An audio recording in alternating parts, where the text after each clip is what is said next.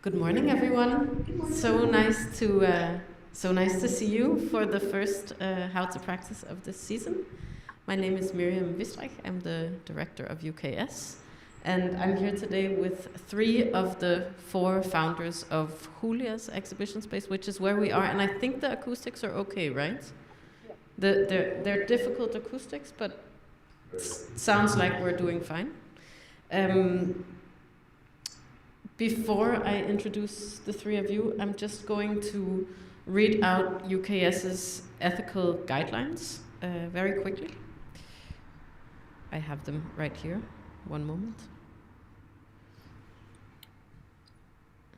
So, for all UKS events, we ask that you please interpret each other's statements to the best of their intentions.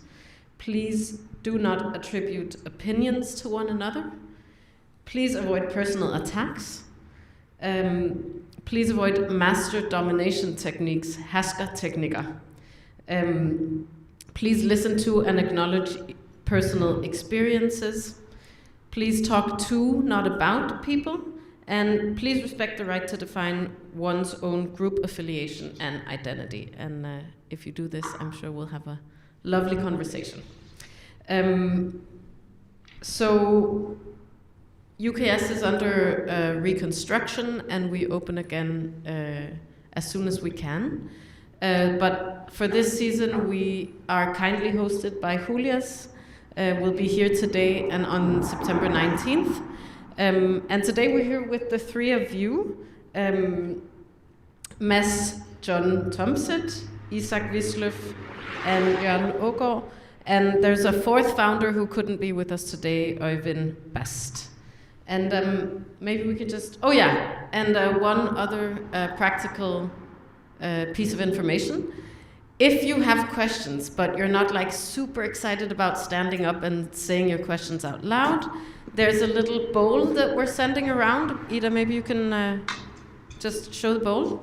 Ida will be sending the bowl around. There's little pieces of paper and a pen in there, and you can write down your questions, and we will bring them up in the discussion as maybe if there's a moment that seems convenient or at the end of our conversation. So feel free to do that. And of course, if you have any questions and you don't mind asking them in front of the audience, please go ahead. And what do you think? Should we save all questions for the end, or can they ask along anytime? Yeah. So anytime you have questions, please feel free to interrupt. Yeah? Okay, so maybe you 3 want to introduce yourselves and this very interesting space that we're in. Yeah. Mats, maybe we can start from this side. Yes. You have to go with the karaoke. I'm thinking what to say. Hulias is a spatially oriented visningsrom, what's that, in exhibition space, run by the 4 of us. One of us is not here, as Miriam said. We've been running it for approximately or coming into 2 years.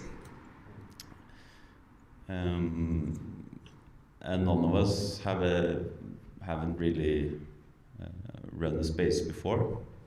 So it was the first for all of us.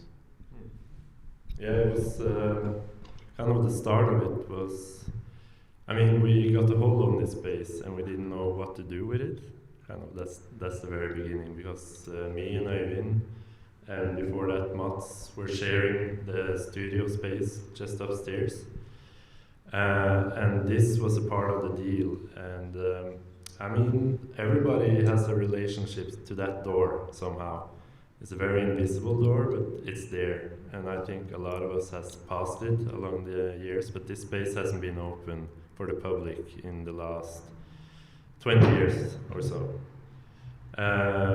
So that was a perfect opportunity to give this space a kind of sense of meaning, open it to the public, and I think all of us were kind of keen on doing something that could inspire and kind of enhance our own personal artistic practices in a broader sense. And I mean, Oslo is not filled with these kind of spaces yet. So I think the reason for starting it was also that we looked around and we saw that it is kind of a necessity to do it as well in a way, because it's not a lot of spaces in Oslo. Actually, it's a few, but not enough. We believe, yeah.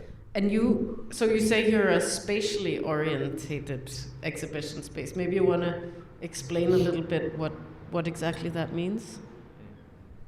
And maybe how it sets you apart, because that is what sets you apart from the other spaces, right? That you have this specific orientation. Yeah. I guess it's a lot because of the room. It's kind of special. Or it has a lot of identity in itself. It's not the classic white cube. So whatever, the artist is kind of forced to work with that. What is this space actually? I guess it used to be, this is the old building built for Christiania Brewery. Yeah. So I guess it was used to store soda or whatever. This is from the 80s. So this is what it used to be. Yeah, a metal frame workshop. Yeah. And the Nora Brewery used to be here. That's early. So this was from the 80s. That's where we have our name from. Yeah. But the space kind of dictates that. And also the walls is kind of tricky to do flat objects on, or so it's kind of the floor that's the main thing. And so we're kind of focused on sculpture and 3D kind of objects in that sense. Also kind of spatially oriented term is pretty wide in our definition of it. It's could be performances, sound, smell. Of course, sculpture is a very obvious one, but installations. I mean, something that occupies the air in a way, in a wider sense. Yeah, and also it should be said that most of us come from spatially oriented art as well, so we all work with that to begin with, so it made sense as well. Maybe that's actually because one of the questions I have, and maybe just generally have for artists who run spaces, is how do you think? What does running a space contribute to having an artistic practice? And are they different? Also, like, is it a different thing to run a space? It's a good question, actually, because I think it's very varied between us, and also it's very varied in terms of time and how the space is doing and other things in life, you know. But the obligatory answer is maybe yes, it's super inspiring, and sometimes it really is, but sometimes honestly it's just you're going into project leading role almost, and you're more obsessed with hitting deadlines and that kind of stuff. So is that, and it sounds like that's a con. That's not like a necessary advantage. It's a con artistically, personally, but it's a plus in terms of organization and learning how to manage a space like this, and of course other similar things. And are there any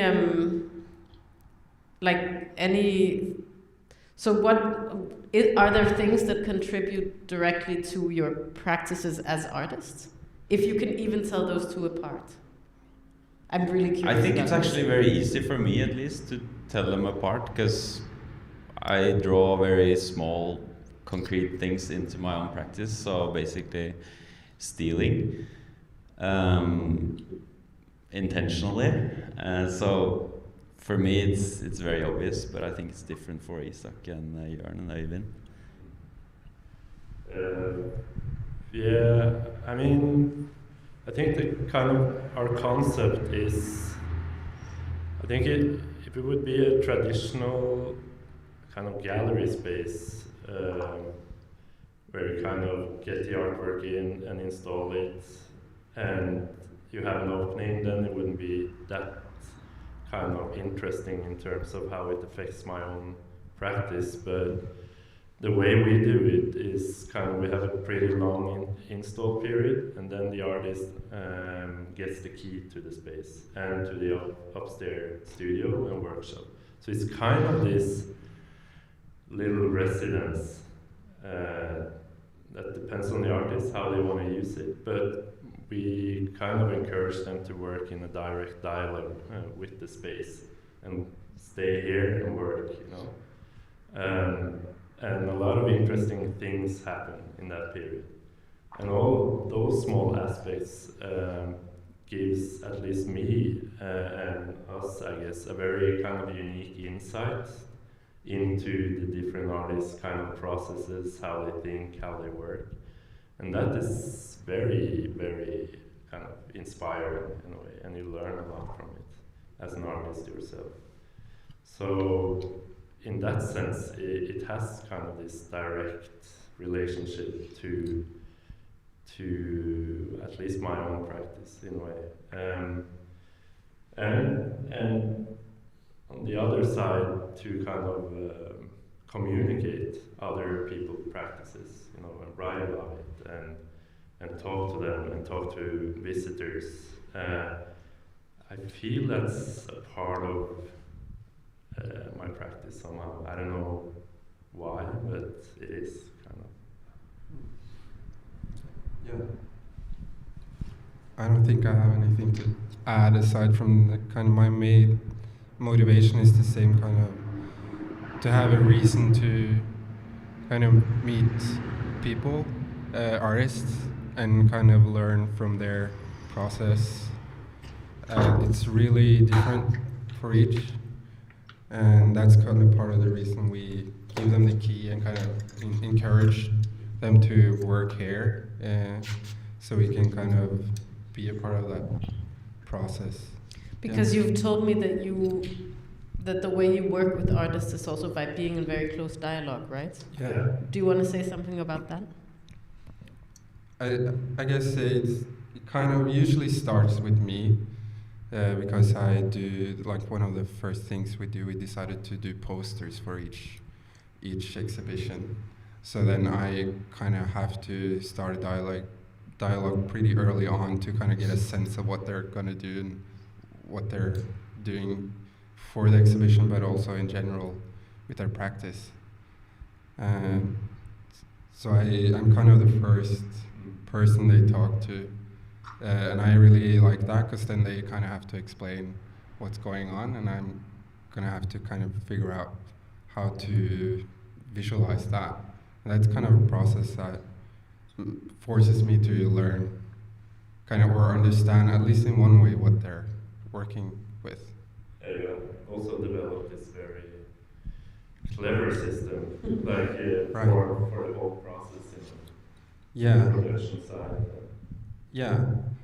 So yeah, it's really tried to make a visual kind of identity without overdoing it, but with a really like practical approach. So it might not be obvious on the posters, for example, but there's a grid that it's supposed to just make it easy to make every poster, because we can't kind of make a new design every time. So the goal is to not spend too much time on figuring out how it's going to be in like topography and all that stuff, and to be able to focus on translating their whatever artist concept into something visual.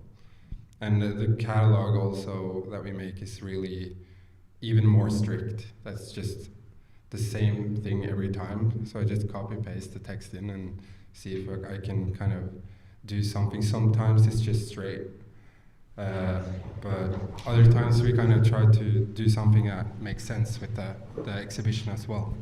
And is this a way of, because you could also have thought like, okay, every piece of communication we have is a channel, or is like a medium that can be rethought from time to time. But then with something like this, where you like literally just copy paste and there's absolutely no space for changes. Yeah. Is that like a kind of necessary? Is that a necessity to release time and energy, or are there like? Do you have thoughts about this? It's kind of us trying to get rid of, because there's for every exhibition there's going to be a set of things that we have to do, and it's the same every time. So I'm trying to get rid of doing that every time. Or for example, informing the artist of like who you can get the keys from, when we're open, and when we need the artist bio and everything. That's going to be the same thing. So we made this a part of the website that kind of generates a production page for each artist every time we put in exhibition dates and titles and stuff. It generates a page that we can send the artist a link to get all that information, and that kind of it's kind of the same with the catalog, where we're trying to make a grid or like a setup to be able to focus on the content in the catalog instead of designing it every time, sort of. And how much do you intervene then in what happens in the space during that residency period, for example, and the time that leads up to the exhibition itself? I think it varies a lot, depending on the artist and how they work. But sometimes we intervene a lot, and we almost produce the whole exhibition, not ourselves, but with the artist along during the residency period. Upstairs as well. Yeah, there's it's a full workshop upstairs. And does that come? Don't want to be gossipy, but does that come organically because it's just like an exciting thing, and you get lots of ideas together, and like you get excited? Or yes, okay, it sounds like it's a good thing, absolutely, and it's also partly planned in the sense that we know how artists work because we've been looking at their work, obviously. So yes, but sometimes also there's artists that already have things done and put them in. We maybe curate some of it, or all of it, or none of it. So short answer, it depends on the artist a lot, but we try to work with the artist and see how they want it to be. I mean, they have full freedom to do whatever they want, kind of. But of course, it's a very kind of individual choice to make. So some of the practices and some of the artists are very kind of structurized. They know what they want to have here. They just don't know yet how to hang it, and that's of course kind of something we help out with. But some of them just comes in with a lot of stash, and then they start to create, and then you need to have a whole different approach to it. But as Jørn told about the kind of system he has created, that's kind of a framework every artist have to kind of have a relationship to. It's kind of it's a framework, but it's a lot of freedom within that framework. So it's kind of, we kill a lot of creativity, but at the same time we create more because we have already created this framework they can work freely within, The task of the tools that Jørn make and that bleeds into the practice the physical room as well are also tools to destroy or get rid of the boring stuff. So we're not cashing out huge checks here anyway, so we want to have fun while we do this. I'd like to ask about, because one thing you've mentioned to me in previous conversations is this, you were talking about a non- or anti-authoritarian, maybe not anti, but non-authoritarian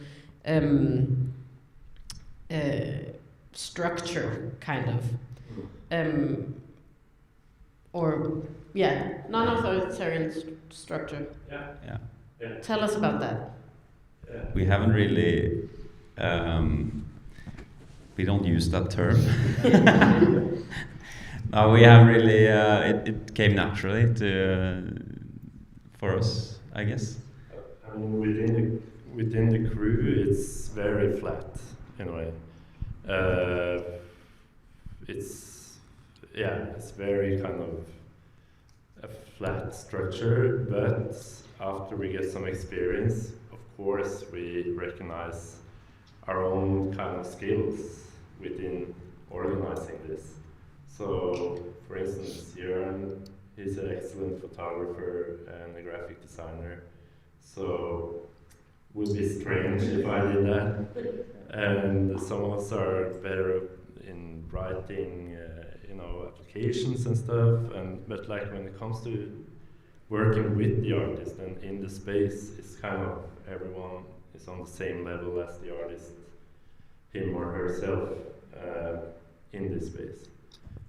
So that's kind of, then we just collaborate. I think we have a question. There's a question in the audience. Absolutely. I'm sorry. No, thank you. Please. But maybe you need to say it into this microphone so that people at home can also hear it. Thanks. My question is regarding the curatorial choices and what you talked about just now, but you didn't mention the group shows. How do they come together? Because how do you curate those if you have that kind of working process with the artists and such? Good question.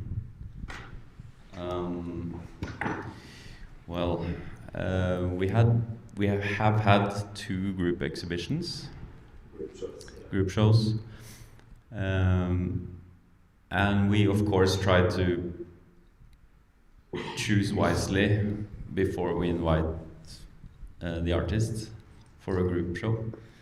So that's the first step in curating already there, I think.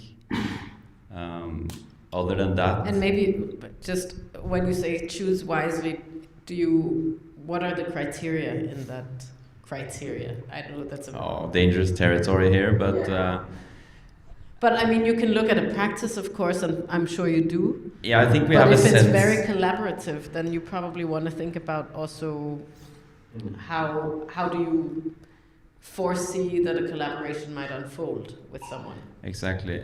So I think we try to have a sense of every practice. Say we have 4 artists invited, or we want to do a 4-artist show. We're very aware of how each of the artists practice. If they've done a group show before, look at things like that, obvious things, and we do visits and stuff. But when all that's settled and we're here, it kind of comes naturally, like all the other shows actually. So we work either in a group or two, depending on logical time slots and stuff like that. So yeah, but it's a good question, because a group show is a lot more of a shit show than kind of a solo. Of course, because it's several artists, it's more mess, and they all get the same opportunities. We give all of them the keys to the space, and we also offer our studio to them. So it's kind of the same as if we had done it with just one single artist. Like, some of them kind of likes their own studio a lot, and feel safe there, and they get inspired there, and they are able to create in their own space. Others try to do something directly here. For instance, the last cruise show, Kristoffer Carlsen, he had this big sculpture, or kind of medium sculpture of a dollhouse in pewter. And all of that was cast upstairs, and he had never done that before, so I've never done that before, so we had to kind of figure that shit out together. So it's kind of this, but it's a chaos, it's a mess, you know, but that's how it is with group shows, I guess. But in the end, all of the artists should be present before the opening, and then we place the work together. And then we kind of listen to all of them, and they listen to us, and then it's kind of this dialogue on how to kind of arrange it in the room and how to place it around. Are there other questions from the room already? And how's the bowl doing? Are there questions in the bowl, Ida? No questions. Don't forget to send the bowl around just in case. But there's a question here. I was just wondering where the artists sleep. Like, do they sleep upstairs? Or how do we? The question is, where do the artists sleep? Yeah, that's a good question. I don't know. But it's not like we don't necessarily have funding to pay for hotel, like. Because you work with local artists mainly. Yeah. Yeah, I mean, mainly, but we have some. It's been like that much because we started during Corona, so we had to kind of like, well, we can't fly anyone in. Not that we can afford it, but it's kind of like we've had to work with the local artists mainly, and now it's kind of opening up. So now we're gonna have a show with Kim Weaver from the Netherlands. Yeah. So it's not a thing that we're open to everyone in that sense. But on the long term, actually, we have to clean it up because it's a storage now. I think you saw it, Ida. You saw the bed upstairs. I did. Yeah, it's quite cozy, right? No, but we have a kitchen, and there's a small room upstairs, kind of our office, which it has a bed in it. We can clean that up, and kind of in the long term, we have thought about, okay, if we're flying in artists, we can kind of fix the space upstairs a little bit more. We have a shower there actually as well, so we kind of could make it into a residency, and they can produce stuff in our studio and kind of work down here as well. But it kind of, yeah, we do this on the side, you know, so it's kind of, yeah, we have to dedicate more time to it, I guess, to be able to do that. I have a question that I have for many things, actually, which is about kind of the sort of like human part of, because obviously running an exhibition space, especially when you have little or no funding, is something you do out of like excitement and the possibility of joy and passion and all these things. And I just always wonder about like the conflicts and the not so pretty things, actually, especially because part of running a space, like part of running any space really is projecting a facade, right, and looking successful. So I'm just curious about like, what are the difficult things? How do you manage conflicts? We're men, we don't talk about. No, but moving on. We have. I mean, to be honest, it's not a lot of conflicts, but there might be some conflicts in interest and future of the place somehow. I mean, maybe some of us are more keen to. Then we kind of go into another question, kind of the artist-run space thing versus the commercial space thing. Kind of, if you want to go that way. And none of us, I think, have anything against running it commercially. But what does that mean? You know what I mean? It's kind of, maybe if we have run it as this for a couple of years, maybe we can take some experiences from that into the commercial world, how we run it in a way. maybe that would be kind of a addition to that realm of showing art.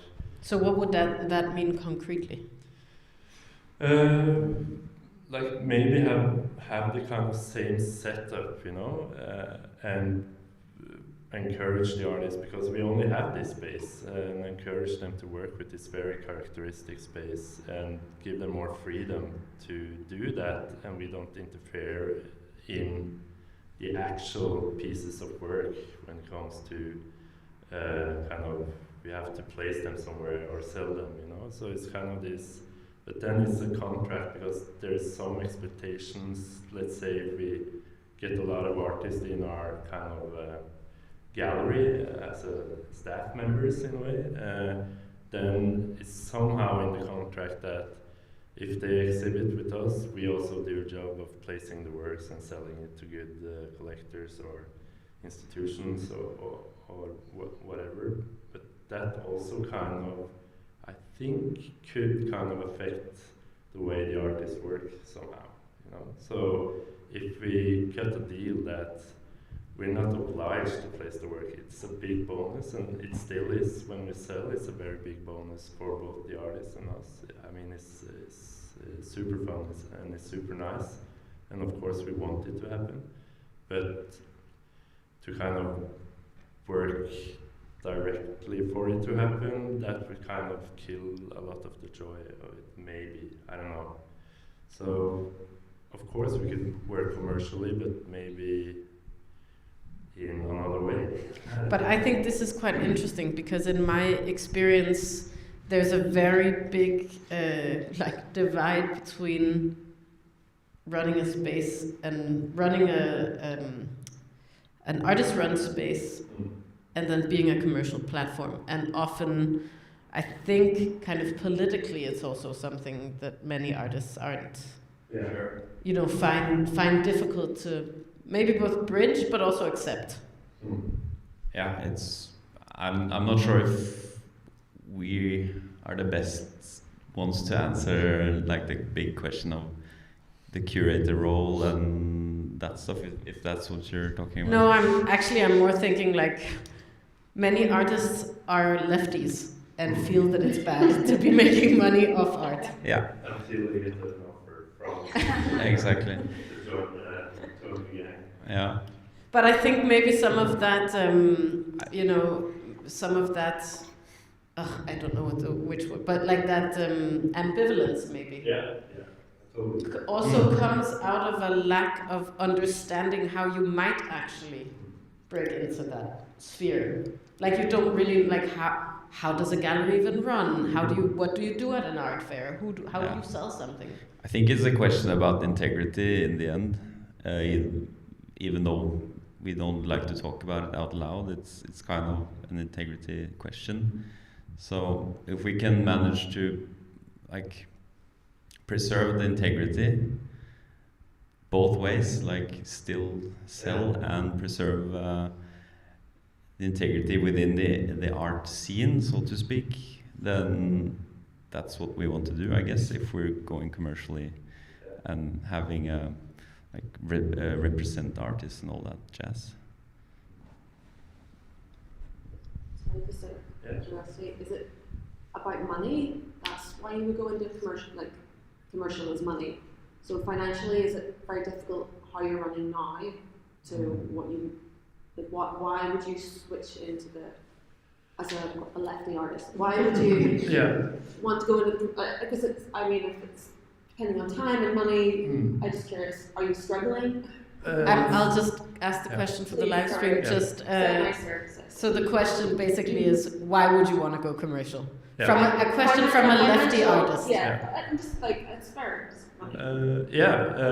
It's a good question, and I think I mentioned it just before on my rant there. It's kind of, I think if we wanted to go, I don't have anything against the commercial kind of art scene. I mean, it's strictly business, as a lot of things. I mean, it turns into commodities and turns kind of uninteresting, and that's okay, but I don't want to go there. That's why, if we are going that way, we have to kind of preserve some of this we think is important. yeah, stuff we think is important, but then we have a contract with the artist that, okay, it's the final goal for this is not to kind of sell it, but produce an interesting art experience more. But that doesn't kind of go against if we got an offer, kind of we have sold stuff here and we have sold the whole exhibitions. And that's kind of just a bonus because artists, they don't have a lot of money and we don't have any money almost, so it's kind of, it's both good for us and them.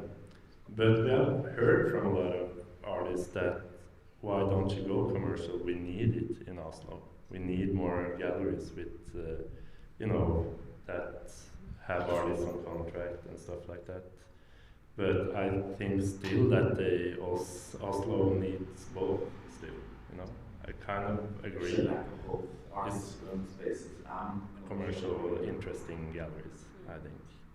So if we can make a combination of those two somehow, then it would be cool, because we are all artists that run this space, and if we go into that world, it might have been different. I don't know. There's also maybe, I wonder, like a thing of longevity. I know that in Copenhagen, where I started in artist-run spaces, started curating in artist-run spaces, the spaces often, and I think this is general, you talk about this like exhaustion limit after 2 years. Like basically 2 years is the amount of time one has to put into something like this, and then you're just really tired. But you've already been running for 2 years. Almost. And I know you have support for 2 more, right? No, we don't know. Oh, okay, you're waiting. Oh yeah. This might be the Okay. But there's also something about, I know now in Copenhagen, and the 2 years also in there has something to do with the way the funding structures are put in place, that you receive funding for 2 years at a time. And I know that, and it seems now there's kind of a shift from saying, oh, here's our first 2 years of programming and then we're going to continue, to just, this is a space that will exist for 2 years. Because it's become understood, because so many have gone through that mill now, that's kind of like, you're just exhausted after 2 years, you don't want to continue. But with this, like, if you allow yourself to think about different formats and different like organizational models, some of which might be commercial, then maybe you also kind of allow yourself the possibility of a future. Yeah, I think after, like you say, after 2 years, it's time for some change, because we all do this on the side. We have full jobs, lives, and all that. So 2 years is kind of where something maybe needs to happen, and that's what we're talking about. A natural question is going commercial, and that would mean a big change in our lives, going into this full time maybe, or at least way more than we do now. So it has to be looked at from that perspective to be understood, I think. It's also about being able to communicate to a broader audience, you know? Because when you have existed in a small city as Oslo for 2 years, and then kind of it's a show every second month, you know, it's kind of, okay, what's next? What's next? You always think about that. You want to kind of challenge the space and the artist and the concept a little bit. So you maybe try to push it out. So we have been talking about, like, it would be nice to get funding to hire someone that could be a manager of the space, you know, that is very kind of has that time and want to do this kind of more or less 50% or full time, and are want to go into the business of running a space, you know, and that would be both maybe interesting interesting for that person to try to kind of keep on building up a place, and it would be nice for us, I think. And keep having fun. Keep having fun. Yeah. I mean, it's a constant learning process. We all the time, you know. So. Are there any other questions from this lovely talkative audience?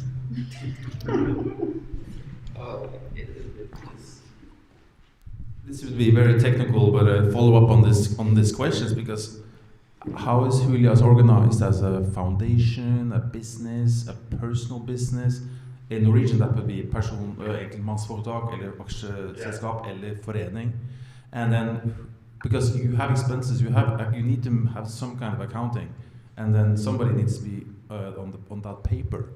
And who would that be? And is that eventually actually the real boss? And so on, you know. I'm just curious because of these details.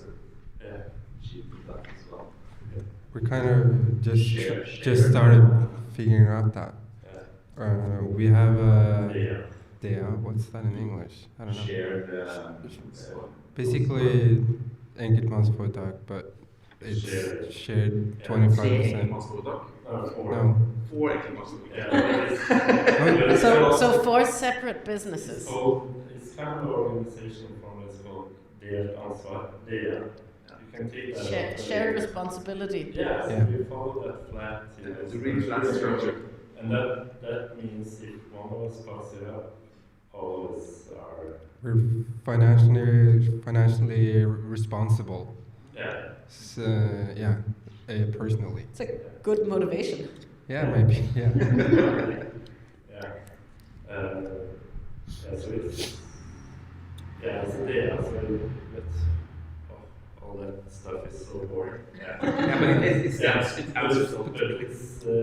necessity, and it's a part of it, of course. So It takes a lot of time. every May, needs to be said. every May is it's a chaos. You have to do the accounting. Right. So I have a question. There's another question in the audience. Just I'm thinking about time and your own practice. Like 2 years, have you noticed a change in the amount of your own work you're making? Like, are you making less? Are you finding I don't know what the balance is like? So the question is if in these 2 years there's been a change if you've noticed a change in your personal practices. Yeah, I mean, and that kind of goes to that 2-year threshold as well, because there might be a limit to how much extra time you have to work on a side project, even though it's fun. It definitely it takes a lot of time, and that has to come from somewhere. So, yeah. Yeah, I can say the same. Of course, it occupies time from your own kind of individual practices. At least for me it does, but at the same way, it's a lot of pros and cons with it, because it inspires quite a lot as well. You learn a lot from it, and you kind of take something with you in your own work. It gets more mature maybe, or I don't know what happens, but something happens. But of course it's a lot of extra work. That's for sure. Yeah. Yeah, I think it goes both ways. And on the one side, you have less time, but on the other side, you also feel a little bit of FOMO. So you need to get shit done. Whilst when you see all this other stuff, all these other artists doing stuff, so you're in the mix, so you feel the pressure to produce. And I think it might be the result might be better art. That's questionable, but I have a question that has to do, but do you have a follow-up? Was that I was just thinking maybe you should have a wee sneaky show in here, just not really good name. But there is actually, No? but it's interesting because there is actually a pseudonym in this space as well, right? Yeah. We have a senior curator. Yeah. Igor Manzotti. Igor Manzotti has written all the text here.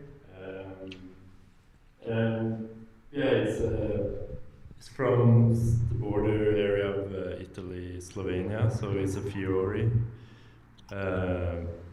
And he's passing by now and then. He couldn't be here today, but he's a he and she and them and they. So he's kind of the one that writes for us and maybe represent both the artist and us for running the place and the external people. So it's a figure that gives us kind of freedom to put some responsibility over to another person, I guess. What if he's invited to a conference? Then he will show up. Yeah. He will. Yeah.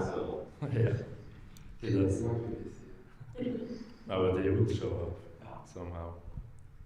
He will.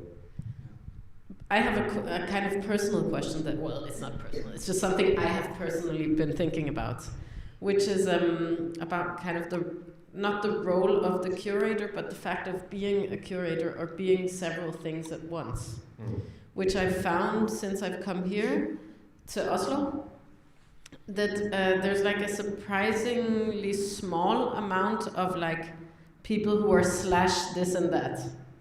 Like I used to live in London, and in London everyone's an artist / DJ / curator / educator / ice cream salesman.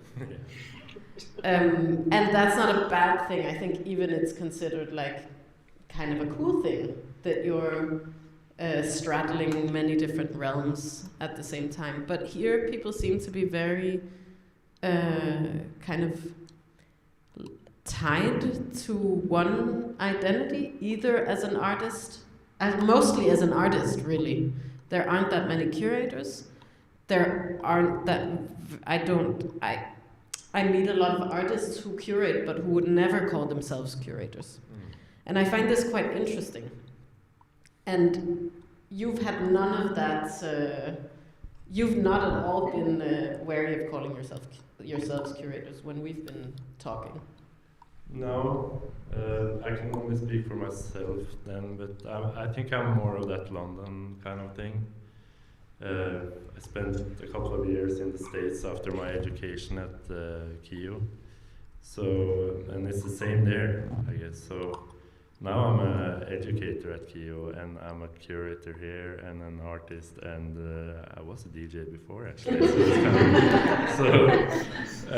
No, but I don't have anything against that, because it all interests me in a way, and that's what it comes down to. I find it interesting working in that world, you know, either if it's with my own artistic stuff, or if it's kind of communicating or writing about other people's stuff, or doing some education for younger people. It's kind of, it's in the same realm in a way, and that's the realm I want to be in. And as long as I find it interesting and giving, I'm pretty happy about it, I guess. But it's so very conservative here in Norway somehow, and very protectionistic, and it's either this and that, and the background has so much to say. So it's kind of this. I'm not.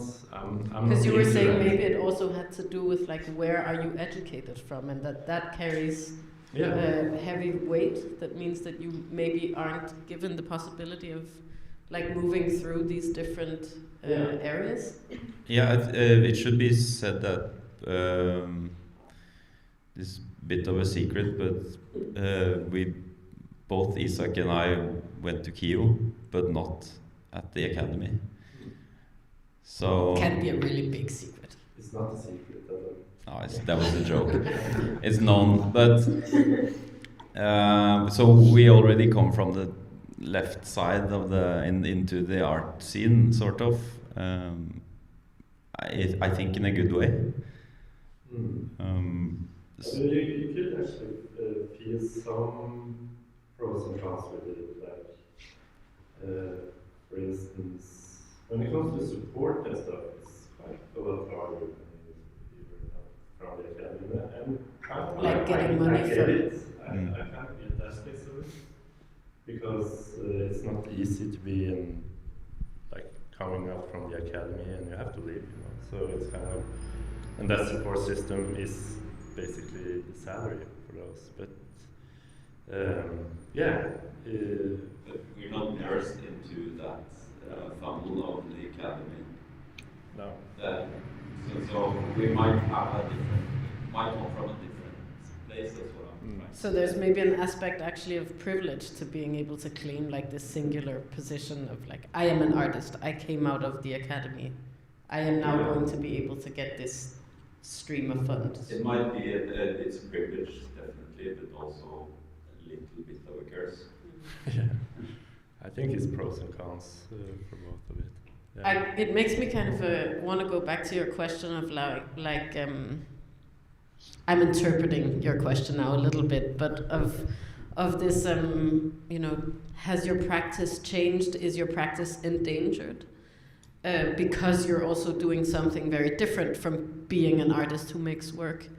And I'm thinking out loud here, but I wonder if maybe if you're not thinking these different forms of operations or realms, so you know, so if they can be connected or if they can be part of each other, then that becomes less of a problem because you are nurturing your practice by doing this at the same time as you would be nurturing your practice, educating or DJing or making coffee or whatever you'd be doing. So in a way, it could there's a potential to open up more creativity, really. Like, this is a bit of a thought exercise, of course, but like potentially that could be true if you could allow yourself a more varied. It's a more diverse creative process, definitely. Yeah.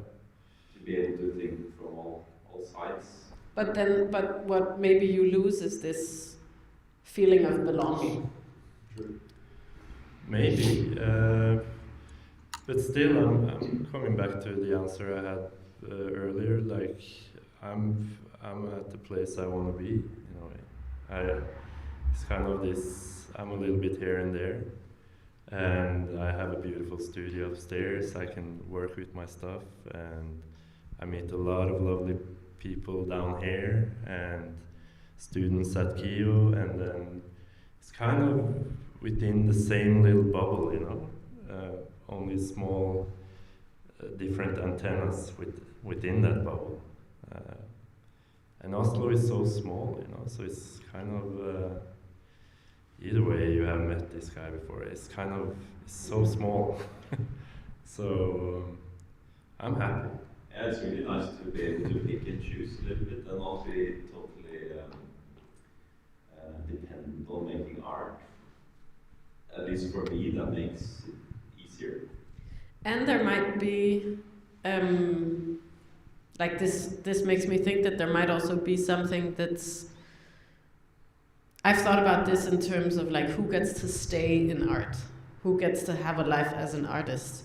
Yeah. And it becomes potentially very fragile if there's only one way of being an artist. Or not only, but like if there's one way of being an artist and that is by being in a studio making work, then there's a lot of things that can threaten that way of life, but maybe if you can allow yourself kind of a bigger space to practice from, then you can also remain. You can just simply be an artist in more different ways and therefore be an artist. Absolutely. Yeah. Or curator or DJ or yeah, but of course sometimes personally it would be, I think everyone dreams of just kind of going to a studio, making stuff towards a show. It of course sells out, you have a lot of money, all that stuff, but that's, you know, it's 0.001% that can do that.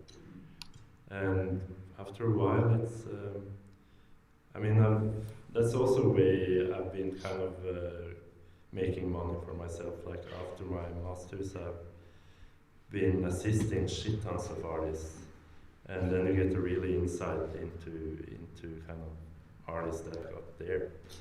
And of course they get to produce a lot, but yeah, it's something has gotten lost on the way. I don't know what it is, but something. Yeah. We have time, I think, for one more question. We have another 3 minutes. 2 questions. 2 minutes. Are there any questions in the bowl? I'm just going to be no questions in the bowl. Great.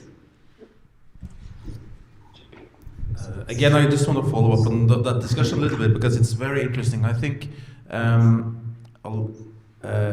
lot of people, when they approach artists and you have changed your practice or you have stepped away and done something else for a while, people question if you actually are an artist anymore and stuff like that. But to many artists, that's just how we live and work, and maybe we're quite curious. We sort of we go all kinds of ways, and then we go back maybe. But to a lot of people from the outside, that's unheard of. You should sort of go one way and do one thing and all that. But I believe when you look at art history and stuff, also contemporary art, a lot of the most interesting artists had very sort of diverse sort of routes. And I think you just prove that you're still continuing your practice. You're running this place. You have all these thoughts about how an artist should work in this space, which might be different from how you would work in another space. And you should be allowed to still be an artist, even if you're actually mostly a DJ. But maybe you're still an artist making excellent work.